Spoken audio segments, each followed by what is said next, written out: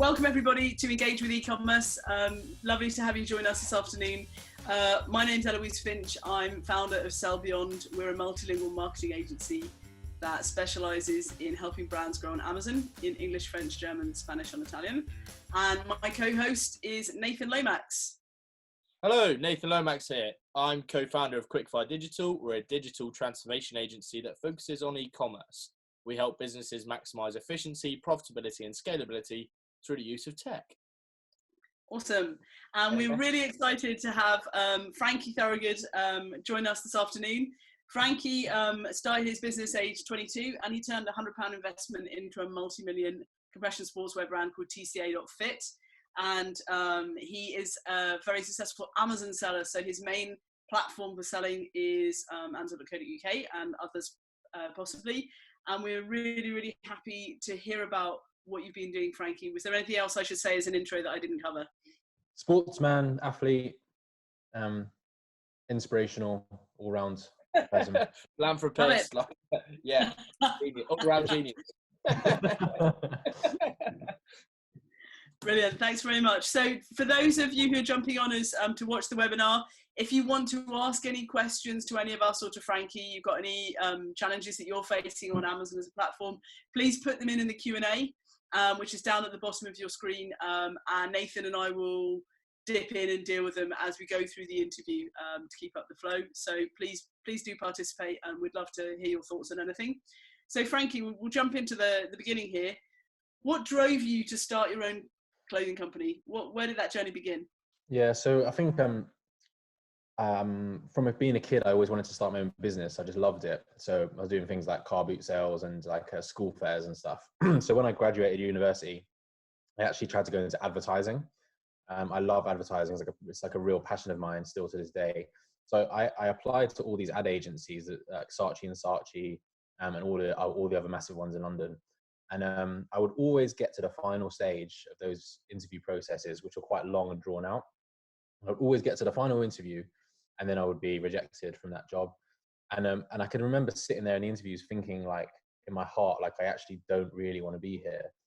I want to start my own business. I'm more interested in the businesses behind the adverts and how they could be run better. But I don't know what type of business I want to start yet. So that's why I was trying to get these jobs. So in the end, due to all this rejection, I ended up just sitting around in my bedroom, thinking, what can I do? What can I do to get started? And it started with, if anyone can remember, football snoods. So I think it was 2010 when it was like the coldest winter in history in the UK. And footballers started wearing these neck warmers. So it would just pull over your head and it would like sit there, and it was called a snood. And I wanted to buy one to wear in Sunday League football because I knew it would sort of like annoy people when there was something like anti-snood movement. I wanted to wind my opponents up. So I went to go buy a snood, and I went to Sports Direct, which I thought was obviously that would be the place to have them. They didn't have any. Went to JD Sports, they didn't have any snoods, and there's nowhere else to buy sportswear in this country. So I thought, well, if they're not selling them, there's an opportunity. Jumped on Alibaba, found a snood supplier, shipped them in, and that's how the business started. That's amazing. Great story. All from snoods to get to where it is today. That is phenomenal. I mean, one question I always think about when I hear a story like that, Frankie, is I bet through your journey you've come across so many hurdles and successfully overcome them. Of all the things you've come across, if you were to start that journey again, back to the time when you were buying snoods, what would you do differently? Well, the interesting thing about the snoods is, and I was very aware of this at the time, and some people listening who may be at the start of like an entrepreneur journey and wanting to do a business could hopefully relate to this or see something, because snoods was a craze. It was a fad, right? And it was never going to last very long. So it's not really a great business to be in. It's like fidget spinners or just, you name, like some sort of fad that comes along. You can't, like, there's no point building a huge business around that one product, which is not going to exist and no one's going to want it after. It was about a year when that eventually died out. So I wouldn't do too much different on the snood side of things. Tongue twister. because I got them in, I got them in pretty quick. I sold them out, and I was quite cautious, right? So I waited, so I was very certain I was going to sell out the first batch before I ordered more. So I left money on the table in that sense. So being a bit bolder, I could have done, but I've always been a little bit cautious, and I didn't want to get stuck holding a bunch of snooze I couldn't sell.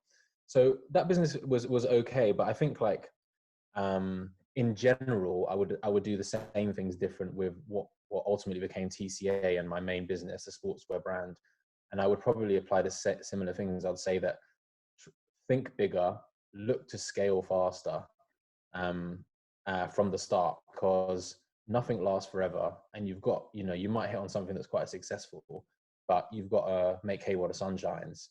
And no business has a right to sit there and make money forever. So if you find something that's working, my advice to my self in the past would have been, think bigger and grow bigger quicker. So growing bigger even quicker than you did to start with.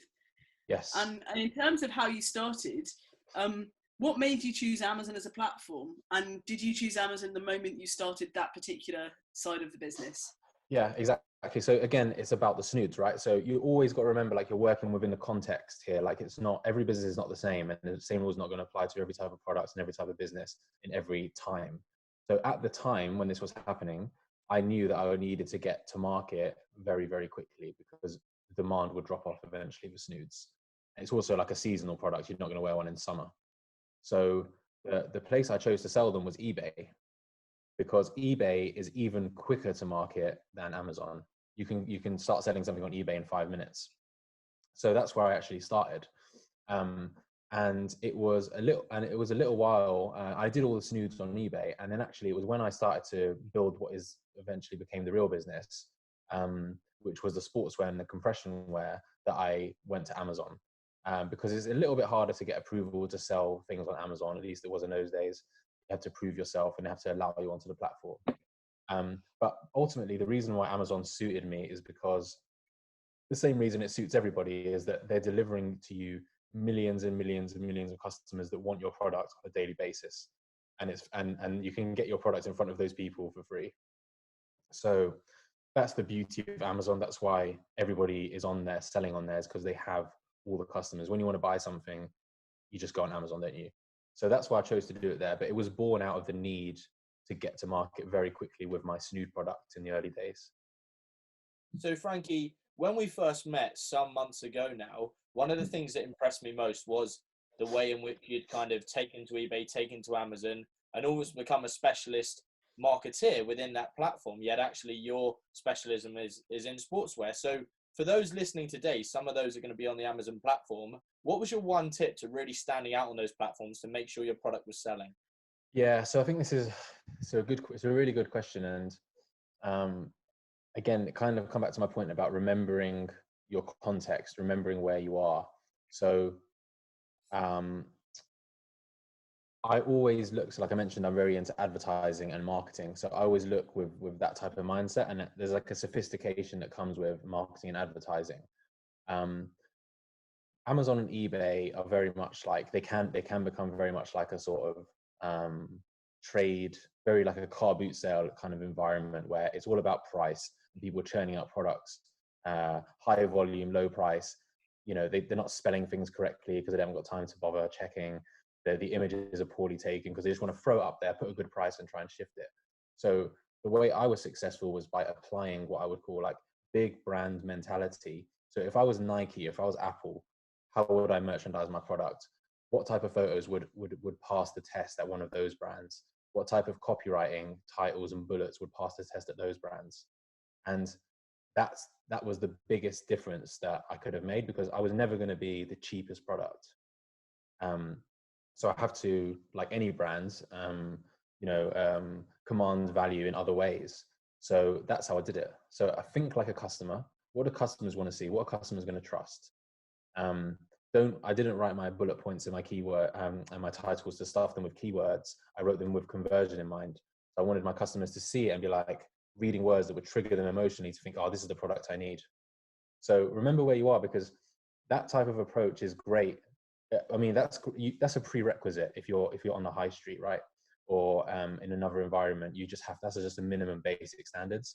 But on Amazon, it's not. People are hitting much lower standards. So if you can be applying those like big brands mentality and the sort of like attention to detail that the Nike or an Apple of this world would do, you're going to stand out massively against the competitors. So that would be my number one tip, and I think that mindset is what's taken us, made us successful, really. That's really great, Frankie, and I think a lot of sometimes brands worry about going on Amazon because there is such a lot of, let's say, car boot sale product out there and copy and things like that. And take from what you said is that if you put the effort, as much effort as you would put in as with one of the big brands, you can stand out and your stuff will still look premium. That it's not because you're on Amazon that you can't have a premium offer. That's what that sounds like. But Amazon has its challenges as well, right? Amazon controls a lot of things. If you have your own website, you get to control a lot more. What's been the biggest challenge you've had running more than one platform? Because you do have your own website as well.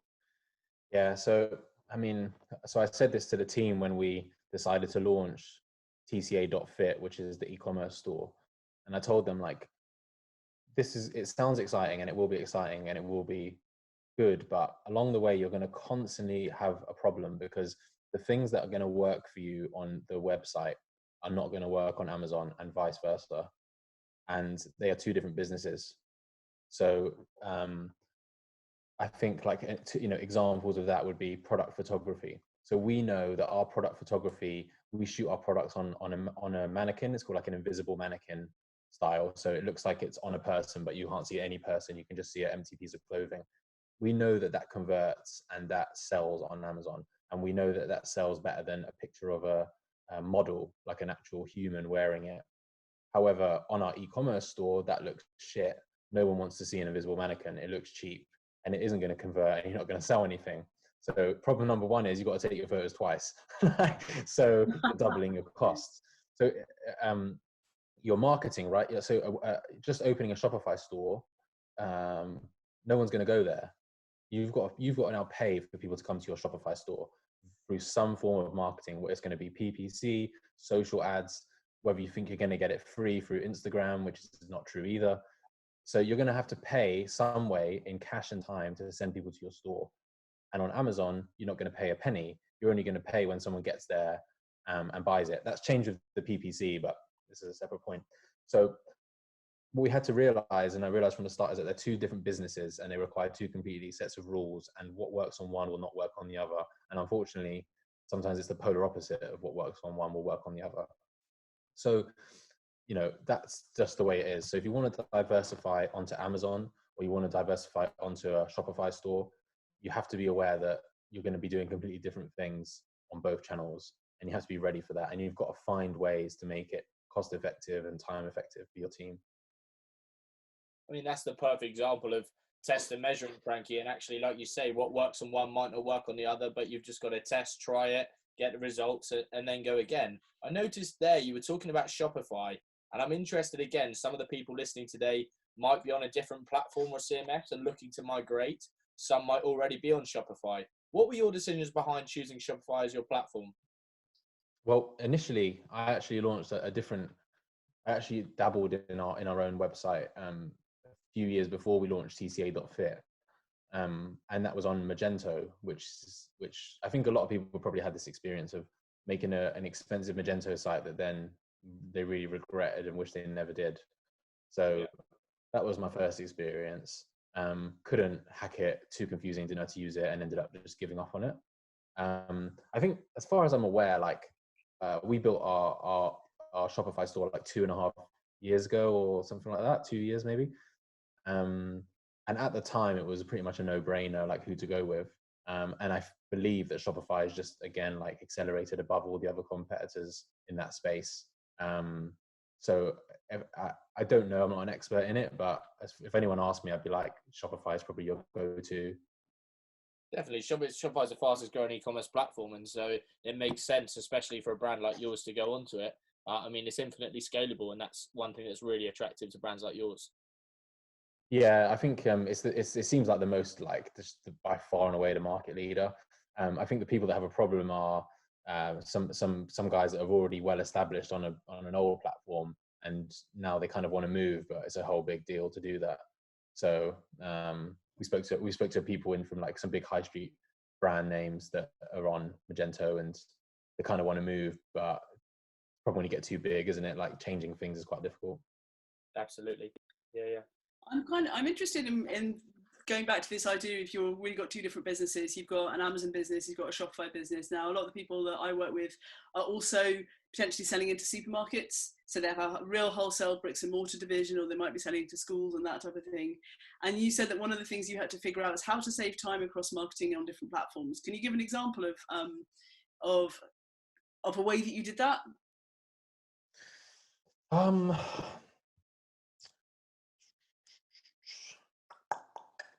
Well, Are there any shortcuts, or is that just a myth? No. It can be done. I mean, what's interesting, what's happening with Amazon is it's just a classic case, isn't it? Like you get very, very good at being one thing, and then in order to get bigger, you have to try and be something that you've not been before. And that is the risk, right? You're either going to win big or you're going to fail because you took your eye off your core competency. Just like a tailor's oldest time. I think it's called the Innovators Dilemma. I think there might be a book on it. I think they might have taught us something about that at uni once.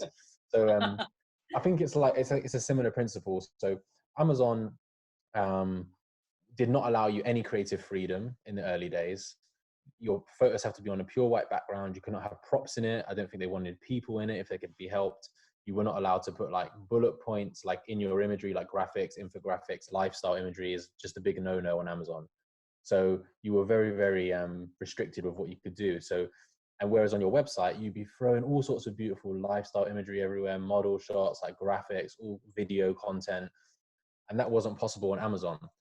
Now what Amazon's doing is they want to be a bit more of a cooler, like they want to get luxury brands on there. They want to kind of like entice all these people on that saw it as a bit too cheap.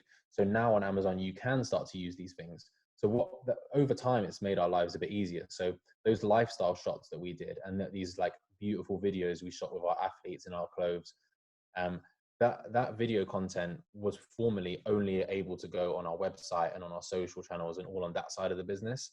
Now Amazon open up the gate a little bit, and they're saying you can use video content, and you can use what is A+ content and put in beautiful, nice imagery. So I guess like Amazon's made it easier to use your assets across both channels, which is great. I still think that there's differences, which, like if you're going to make one video, you're going to have to try and think, is this going to be a product focused video about the benefits of my product, which will be absolutely perfect for Amazon? Or is this going to be like a bit more of a cool lifestyle video, which is more like the brand values, which is going to be less good at converting people on Amazon who are like down the funnel trying to buy something, but it's going to be much better for your social side of things or your website. So I don't have a perfect answer for something that works for both, but you have to understand what you're doing on both and then find the middle ground that suits your business. No, that's great. It sounds like you have to have a very clear idea of the difference between the two. You can't slap the same thing on both of them. And at least understanding the channels, how a website is different to Amazon, that's already a good place to start. Yeah, and I think like... Sorry, Frank, I was just going to say it's horses for courses, right? Sometimes you've got to get the right horse on the right course, and actually what works over here might not work over there. Yeah, and I think like there was... This is, again, I use eBay as an example because eBay is like the sort of like extreme version of Amazon, if you take it to an extreme level. And what you get a lot of there, because the rules are a lot lax, is you get people saying, don't buy from me on eBay, like please come to my website because I'll sell it to you cheaper, and because they want to avoid eBay's like commission, right? And you're not, yeah, and people would do that on Amazon, but Amazon are so strict they'll just kick you off, so they're not allowed. But I guess that it's, yeah, no customer does that. No one cares enough about the 10% they'll save to leave their trusted environment of Amazon. So I think we always said as well that we didn't see the two customer bases as, we felt like there was a growth on the website business because it would be a new type of customer. If you're comfortable shopping on Amazon, your card saves on there and you bought on there all your life, like just carry on. Like I'm not going to try and make you come on my website. It's a bad experience for you really, unless I'm offering you something special like a free returns or loyalty, then you can start to migrate people over. So we just went in with a mindset that like there's probably people that don't shop for sportswear on Amazon. In fact, most people probably don't shop for their sportswear on Amazon. So let's go after that audience rather than trying to like cannibalize the ones we already have. That's really interesting in terms of, we know that there are people that love shopping on Amazon and just want to stay on the platform. And you've been talking about loyalty and how to make people loyal off the platform on your own website. So to what extent is loyalty ambassador programs and that type of thing worked out for you to grow this new audience on your own website? Yeah, so we did have a really nice concept for building out this loyalty program. In the end, we never launched it because we got sidetracked by other things. I think that if you can do one and get it right, then like a sort of like an actual planned out loyalty program that rewards people would be fantastic. And I would definitely do it if I had the time to focus on it. I think that for us, we've always had like loyalty, although it's not been no one's officially signed up to something that makes them loyal to us, but we can see from our repeat purchase rate. I think our repeat purchases on Amazon is north of 20%, which I think is quite unheard of on Amazon for our type of product. So what, because there's so much choice there, like it's unlikely they're just going to end up coming back to us. So I think we got the loyalty by delivering on our promise, right, which is like a great product at a great price, and high quality products. And what Amazon customers want, they want something that's going to last a long time and it's going to be like worth the money, if they don't want something they're going to have to replace straight away. So we delivered on our promise, what they were buying, and we can see from the data that they just come back and buy the same thing again in 6 months, or they buy the same thing again in another color. So like you can try to, obviously there's loads of great ways you can encourage loyalty and trying to reward customers for coming back with you. But like at the end of the day, like think about yourself, like what do you constantly buy over and over again from the same brand or the same product, and why do you do it? And then that's your key, isn't it? That's what you've got to replicate. And just on the subject of loyalty, as I think that I can see from myself as a customer that there's a fine line, or maybe not a fine line, but there's a spectrum between, sometimes loyalty is just laziness, right? So I've bought, because I run a sportswear brand, I don't need to buy clothes very often because I just wear my own. So I've only bought 2 pairs of jeans in the last 2 years, or 3 years or something, and they've both been the same pair of jeans from the same shop, because I went in the first time I bought them, and then when they ran out and I needed a new pair, I thought I like those, I'll just go buy the same thing again. I'm not very loyal to that brand. I don't really care about them, but I'm lazy and I want something good again. So in their data, they probably say he's a loyal customer and keeps coming back. But the fact is, they deliver on the promise of the good product that I want, and there's no reason for me to change. So I think that's the key, really, is if you're just giving good products, good service, you will get the loyalty. Frankie, that's a really good point there around laziness. And actually, one concept I always talk to our clients about is the concept of surprise and delight. And you see it all the time, right? Where actually you purchase and then you're just totally forgotten about. The second you've left that website, that's it, your journey is over. But of course, we all know, being in the world of e-commerce, that that's almost the start of the journey. And when the product arrives and everything else, that journey continues. Have you guys embraced surprise and delight within your business? And if so, how? Yeah, good, very good point. And I totally agree. And I think like Starbucks is quite famed for their surprise and delight attitude, aren't they? And I think they coach their baristas to like try and keep that philosophy going. And again, like I'm going to give you the example, but you've got to remember, like, where are we operating here? We're operating on Amazon. What is Amazon like to shop on? It's high, very light touch customer service. They don't want to hear from you.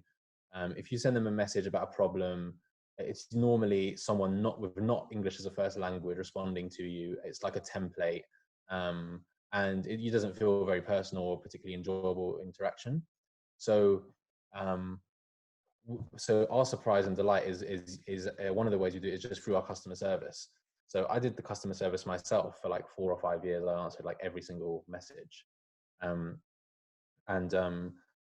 I could see that it made a difference because they were getting like a very well written message, with good spelling and good grammar with their name in it, and the service they got was like excellent. So we would just we would listen to their problems and resolve their problems in a like a sensitive way.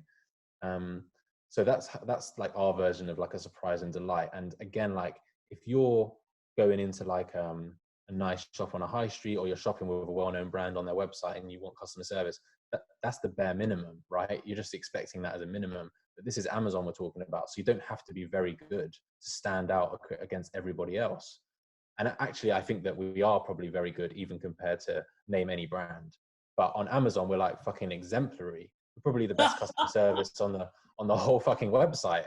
So I've had time and time again, somebody come to me with a problem, like inevitably they got sent the wrong size, or it didn't fit, or like it was faulty or something. And I'll resolve the problem for them, or the customer service person will. And they're more happy after speaking to us about a problem than they would have been if they'd never had the problem in the first place. So it just goes to show like how powerful like a good customer service can be. Even through the Amazon platform, where you really, there's a lot, if you're going to return a faulty pair of trousers or a t-shirt or whatever, you just have to kind of click some drop down menus, and you don't even have to write, but you would always reply with something. You wouldn't just replace the item. Yeah, yeah, we always get a message about it. I think that obviously they'll go through the same process with us as anything else, but yeah, there's always an email going back, and I just treat them like how I would want to be treated. Like the thing's faulty, like really sorry, we're sending out a new one, and you just put it in nice terms and you apologize and just do it the right way. So yeah, even on Amazon, I don't know if you have to do this or not, but we're sending messages to everybody that has a problem. Yeah, so yeah, you can do it.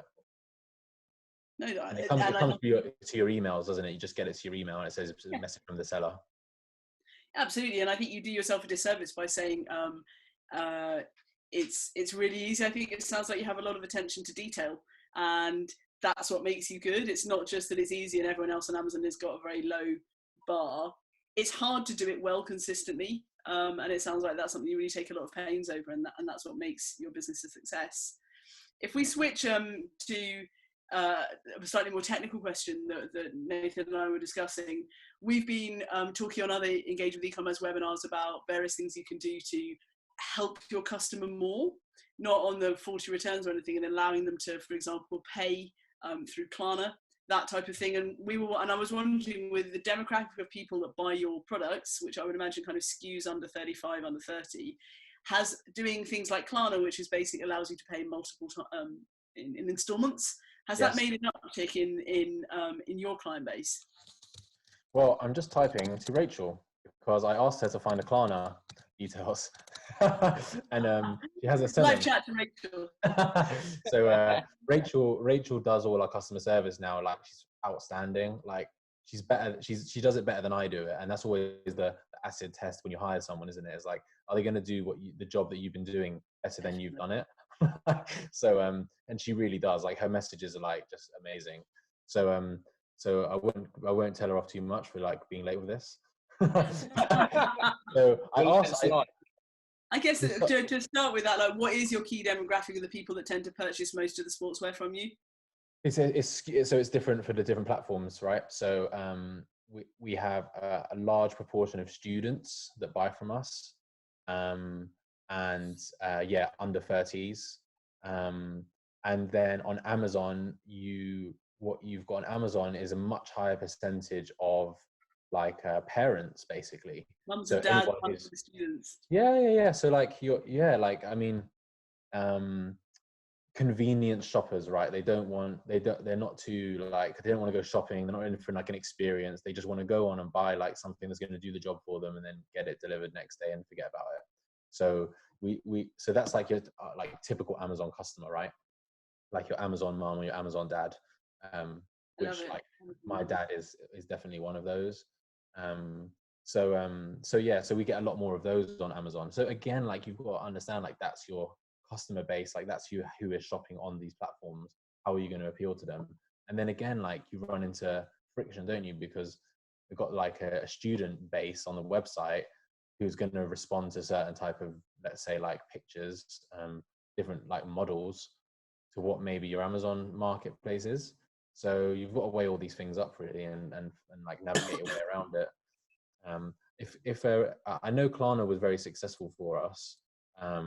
So I don't have the data, but by the time we finish, maybe she'll tell me. Yeah, no problem at all. I mean, one question I'm interested in is obviously we're talking about Amazon over here and we're talking about Shopify over here, a lot of the people listening will be wondering whether to make that jump to Amazon and whether that's the right thing for their business. Just very top level, Frank, as I appreciate this is almost a webinar in itself, but what have you found to be the main pros and cons of Amazon as a platform? Very, very top level, Amazon has all the customers. If you put your product in the middle of Selfridges, you'll get seen by millions of people. So that's the benefit of Amazon.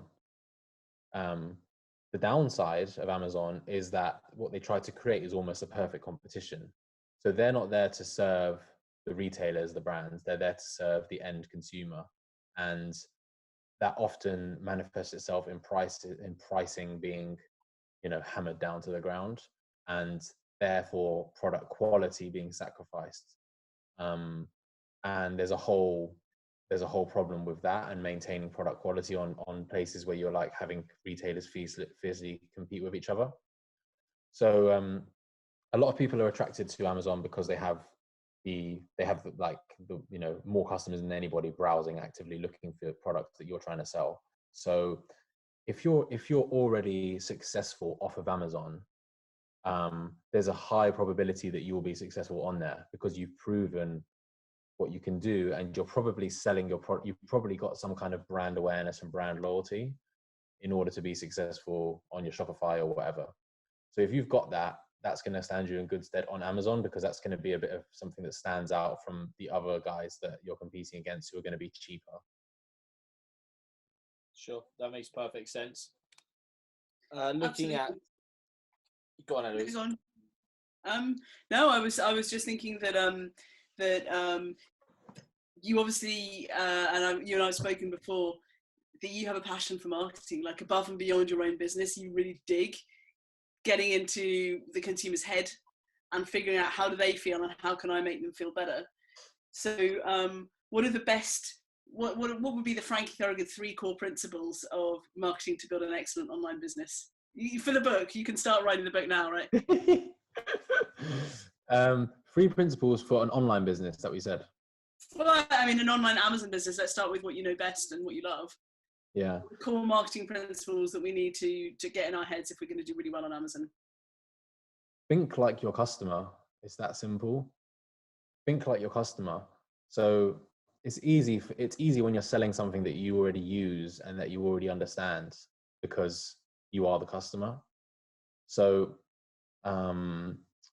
it's just that simple, really. Think like your customer. So I think and then in your assumptions and your gut instincts has got to be on point, like a lot of the time, to be successful if you're starting a business on your own, especially. But you don't rely on it completely. So, for example, this is the very early days of this business.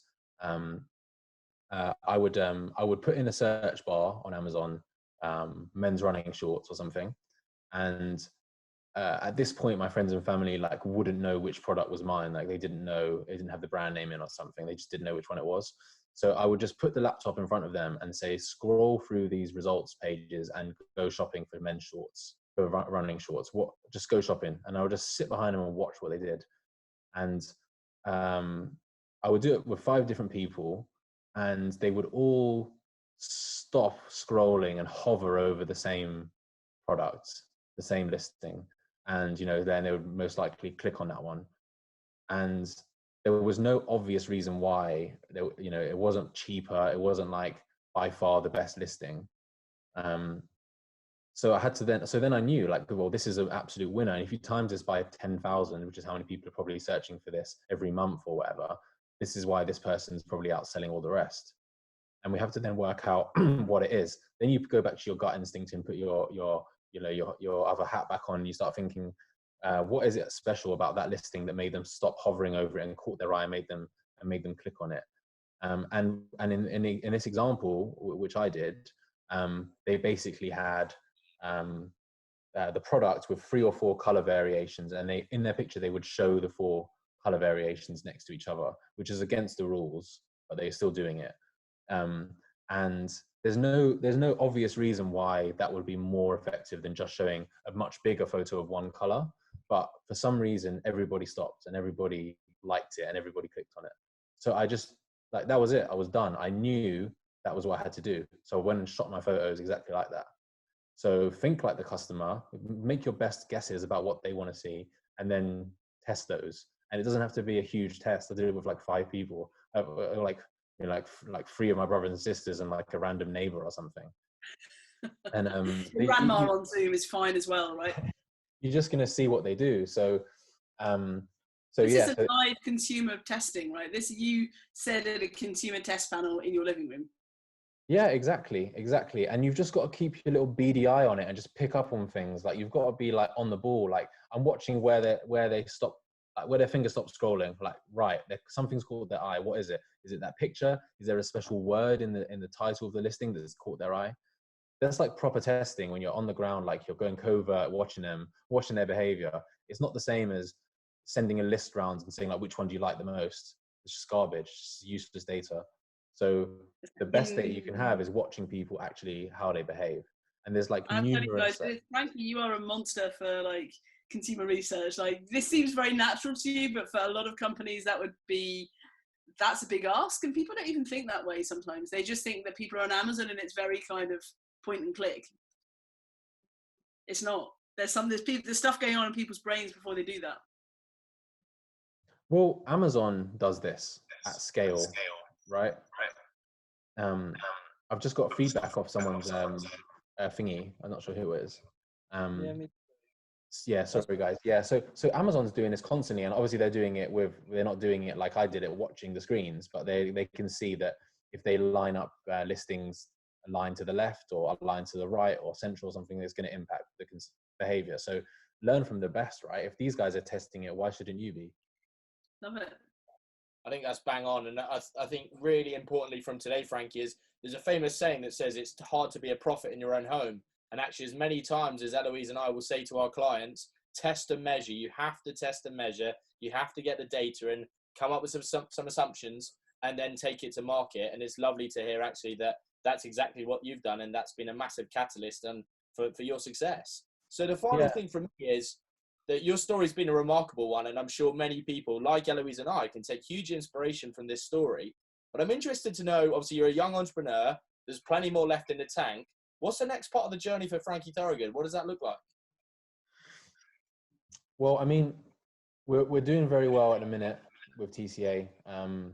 And we've got some excellent products which are just starting to get some traction now.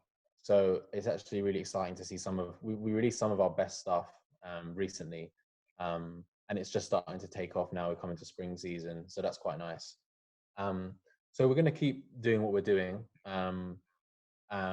improving, working the Amazon platform and working the website. But I think, I'm also interested in applying, I think like I mentioned before, like I'd say like the key to the success has been taking principles of excellence from one context and applying them in another context. So me personally, I'm very interested in how I can do that again in another context. So I don't know what that looks like yet. I don't have any concrete ideas, but I'm very keen to kind of explore that space. I think one thing that a friend of mine came to me with was a sort of, well, this is something for anybody who's listening can explore, because social selling is probably like the next big thing. So in China, this is how they shop now, via like TikTok. They buy things and it's all live streamed video. And I know people in China that just sit there live streaming all day and selling things to people that just jump onto their live stream, and then you can click through and buy products. And that's how these people make a living. So social selling is like becoming like a huge trend in China, and people like Instagram, Facebook and Google, and they all aware of this, and they're all starting to do these things now. So this is probably going to be a huge like change in the way we use social media and the way we shop. They're going to converge. Amazon's starting to get more social. They've introduced this thing called Posts, which is like a fake Instagram thing. And Instagram, all they need to do is put on like a payments platform on top of what they're doing, and they'll be in the game. So there's going to be huge opportunities there for the people that adopt early and then get to grips with it early.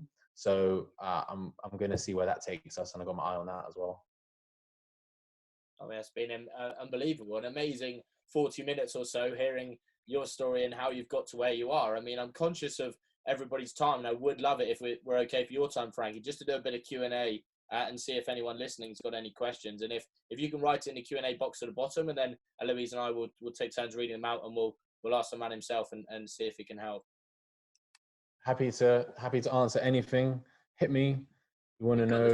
You've got the Don. You've got to take advantage of him because he knows a lot of stuff about how to shift products. You want to know how to grow a beard?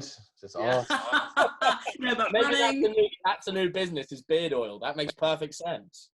There's a lot of beard oil on Amazon. Definitely. There's a lot of competition. I don't think this doesn't count as a beard. I'm not fooling myself. But since the day one of the lockdown, I just decided not to shave it because I'm not going to see anyone. And then obviously now I'm seeing everybody, but I've gone too far now to stop now. Wait till it grows down to your knees, right? Gandalf, innit? Oh wow! So Stuart's got a deep question here. What margins do you tend to work on when bringing in new products? Wow. Do you mean, Stuart, when you're launching them on Amazon? We're going to take it that. What margins do you tend to work on when bringing in new products?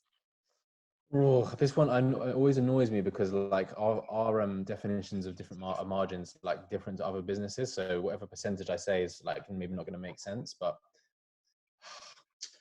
you know what? Like the way I did this for literally for years is I worked out. I just said like, how many pounds am I going to have in my pocket when this thing sells? So I just have scraps of paper somewhere that would say like, I'm going to buy it for, £2. I'm just making these up. Buy it for £2. It's going to cost me 50p to ship it in, and then it's going to cost me 60p to put it as a large letter in the post. And Amazon's going to take 15%. I'm going to sell it for £12. I'm going to get £4 in my pocket. And I sell 100 of those in a month, I get 400 quid. That's literally how I did it. And £4 was like a number that I used for years. Nowadays, like I have a guy that does it, and he's like got all these percentages he does. I think that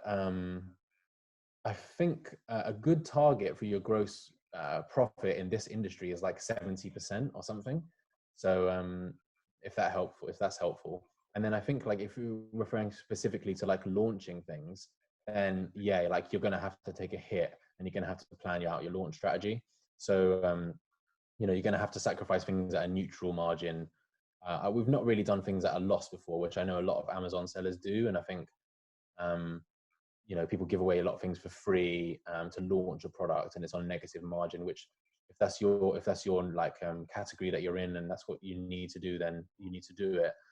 So it's going to be, I think, in terms of launching and what margins you're going to be launching at, you've got to work that out for yourself, and you've got to say like, if I've got 500 things to sell, how many am I going to sell at negative or neutral margin before I start making money again? And when it's all said and done, how much cash profit's going to be in my pocket? Because that's what matters most out of everything, doesn't it? I think you have to do, and again, obviously you're the expert in this, but I was listening to a podcast earlier in the week by a big Amazon pay-per-click agency in the States, and they were saying, well, if you're going to launch a product that people need lots of, I think it was pet food or something, you can throw a lot of money at advertising, because once people love it, they're going to buy and buy and buy again. And it sounds like even in your category, people are going to buy in another color or buy in 6 months. If you're buying a one-off piece of something that you're never going to want a second one, that's really going to affect how you do your business planning. Even if on the scrap of paper you need to do the sums. Yes. You can't just throw caution to the wind and spray money everywhere. No, I think that we see. I mean, this is what's so great about Amazon for the customers, and what's so bad for the people like us selling on it, because it's a race to the bottom very often. And I was told this by someone, and it stuck with me. And I was told this very early on, is that there will always be someone who's willing to work for less money than you. So why am I not selling snoods anymore? Is because after about 3 or 4 months, I suddenly had 0 sales of my snoods, because somebody had come in and found the same supplier and sold the same snood 50p less. So whoop-de-doo, now he owns the snood market. And then 3 months later, he had nothing because someone did the same thing to him. So it gets to the point where it's like, how do I value my time here? Like, do I really want to be making 15p off a snood, and it's taking me how many minutes and hours to actually produce and deliver these products? Like, I value my time higher than that. So there will always be someone who's willing to work for less money than you. You've got to draw your own boundaries and decide how you're going to make this business work for you. I love that. Frankie, That's a great piece of one advice. question from me would be around the channels that you've used to drive traffic to the Shopify store. I know, looking at some of the attendees today, quite a lot of them have had this exact same question. I guess a lot of it would have been through social and Instagram and Facebook. Are there any top tips for driving traffic from Instagram and Facebook that you found to be really useful for you guys? Well, we've had a mixed experience with this topic because we were very, very late to the party with our Shopify store and with social media advertising.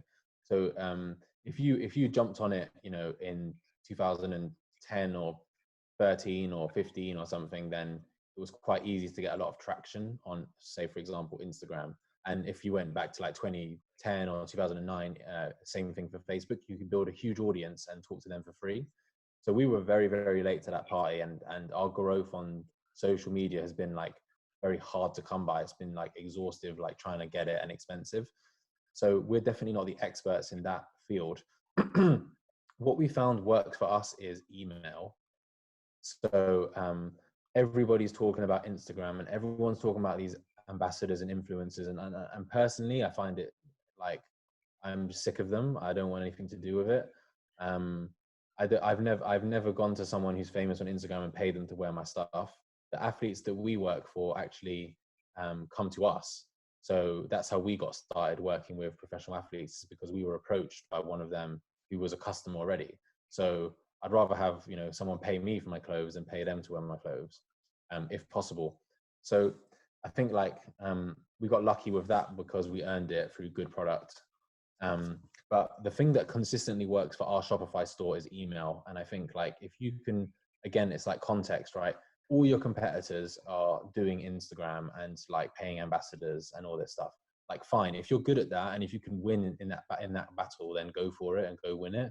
If you're like me and you think like it looks a bit shit, I'm not really into it, you know, compete in an area that they're not competing in. So they probably took their eye off the ball on email because it seems so old school and a bit crap. Well, our emails are like incredibly successful. Like our average open rate is like maybe 18% or something. And every time we send one out, we're like generating like, I can't remember the numbers, but it's like a lot of money per email recipient. So the more we grow that list, the more emails we send out, the more money we're making. And the reason emails are good for us and the reason we're good at them is because we're playing to our strengths again. So how do you write a really compelling email subject line that gets people to open it? That's marketing, right? That's understanding your customer again, and split testing your email subjects. So that would be my tip. If you're not milking your emails and working emails as hard as you can, then that's probably where your money is. It's like proven that that's what converts, that's what gets sales. Fundamentally, it's cheap, right? As once you've got the customers and you know what their addresses are, you can sign up to MailChimp, and for the first couple of thousand, it's not even expensive, or whatever thing you use. It's low cost compared to spraying lots of money on social. Extremely low cost. I mean, like, exactly. And it's like, it's the one thing that we continue to like constantly invest in and spend time on every week is our email strategy and our plan for emails. And it's actually a bit more conducive to two-way conversation with a customer, which is quite nice.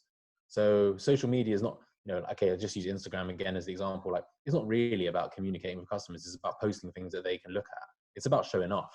So you can keep showing off on there and people can leave comments, which may or may not get a response. But on email, you can send something out and ask for feedback, and you do get people emailing you back, and then you have a conversation with a customer. So we quite like it for that as well.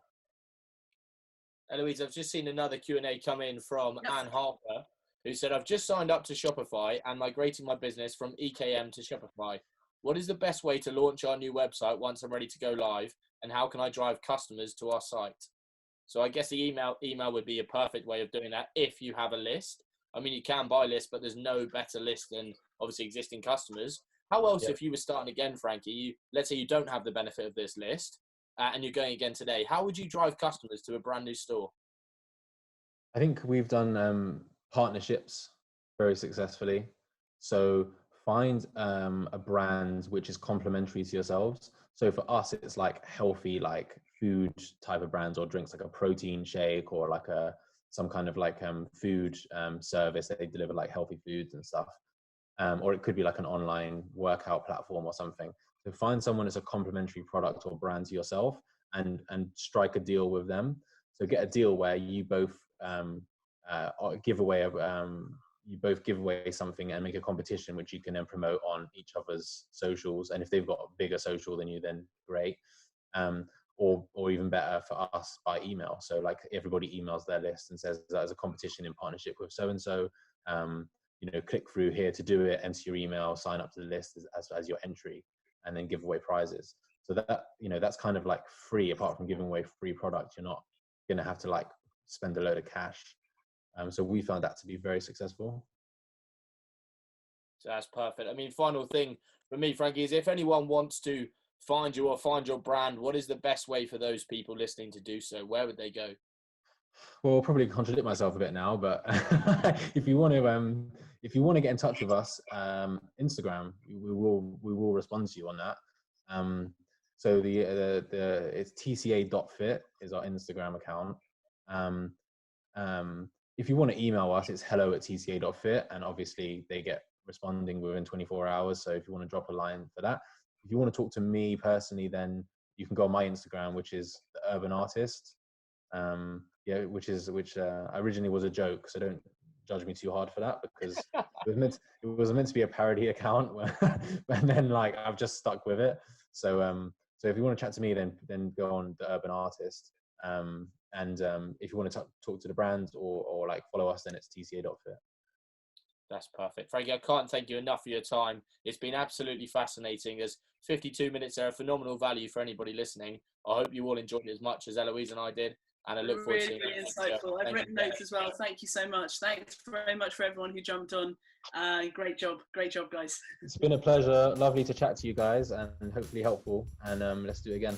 Awesome, really great. Thanks so much. Cheers, guys.